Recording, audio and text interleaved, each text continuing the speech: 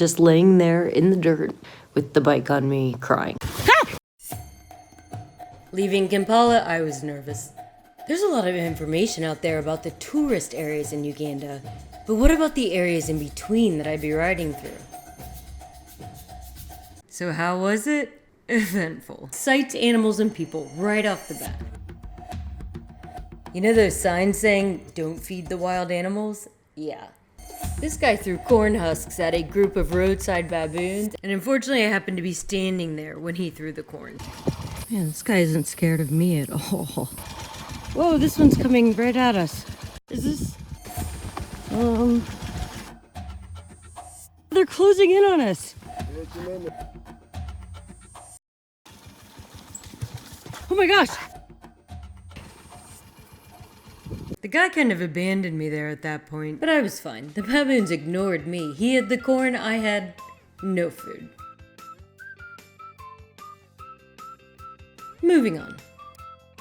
Along the drive, the people were awesome. I never struggled for more than a minute without someone rushing to my help.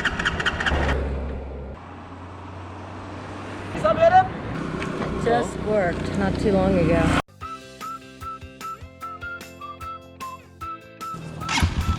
Yes, yay, we got it! Rescue!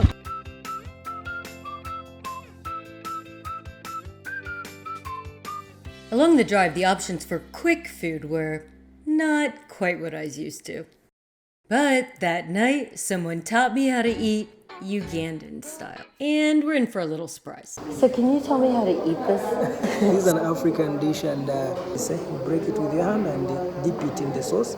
This? And you eat, yes, the kalo. Oh, not with a fork? So my bad. Whew, it's hot. Normally, you don't chew, they just swallow, but for you can chew. I'm allowed to chew. It tastes like pizza. There's no way I can just swallow that without chewing. No, you chew. But for us, we are used to just doing it. This is so weird. I love it. A favorite for me there? Visiting the little villages and meeting people. The human moments. They're the best. No. How did I find these places? Well, most of the time I'd just be wandering and happen upon things. Yeah, now you're here. I'm all the way. I wasn't supposed to be here. Or I'd be running out of fuel and need to ask around to find some. Thank you. Sometimes places would just catch my eye, so I'd stop, check it out. So I am at the Good Times Hotel and Lodge. And they have really good fish here, straight out of the lake. Oh, thank you.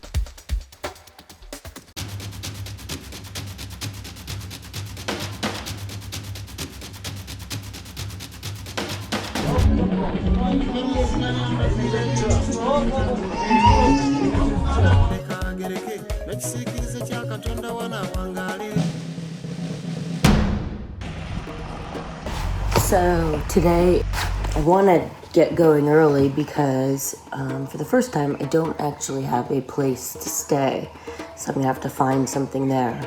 And I'd hope to use internet to find something, but the internet here is basically doesn't work. So I guess I'm gonna have to do it the old-fashioned way, which is show up and beg. I don't even know. I don't even know what you do without internet. The learning curve for me? I thought, okay, maybe I'll have bad internet. I had no idea that electricity is unreliable or impossible to get there. Woke up this morning, ready to go, and of course, yet again, the Kampala power is out. It was a little while before this stopped surprising me.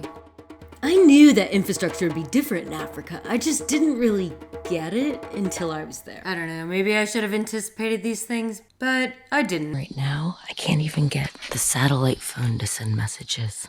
I still hadn't quite let go. But it was coming, because very soon I would have bigger concerns than keeping my helmet Bluetooth charged. So I'm heading to Windy. In West Uganda, there are big animals right along the road, and there's nothing between you and them. So I just rode by an elephant. It scared me so much, I dropped the bike. It didn't matter how many elephants I drove by. Those things are huge. They always just took my breath away. Every time one looked at me like that, I'd just freeze. If it charged, he could easily be crushed. So I'd be all a total mix of what the heck am I doing, terror and amazement. Okay, I got it. In Katwe, Uganda, which is a little village in this area, elephants walk through town every day to go and get water from the nearby lake. So apparently the elephants come through here. Oh, there they are. I was trying to imagine what it would be like to just be on my way to work one day, sharing the road with an elephant. Later in Kenya, driving through Samburu tribe country, I'd meet two Moran warriors. See that stick he's carrying? That, they told me, is to fend off elephants. I feel like I'd want a longer stick. Man. For elephants. Yes. Thank you for your help. I'll be good now. I hope so. West Uganda, the park area, it's not just animals. People live there too. Have to be careful walking around though. I think what he asked me about me being off my bike was whether I saw a lion. Yeah, that's why I got off my bike. Here's the thing. A problem with just wandering, it's really easy to get lost.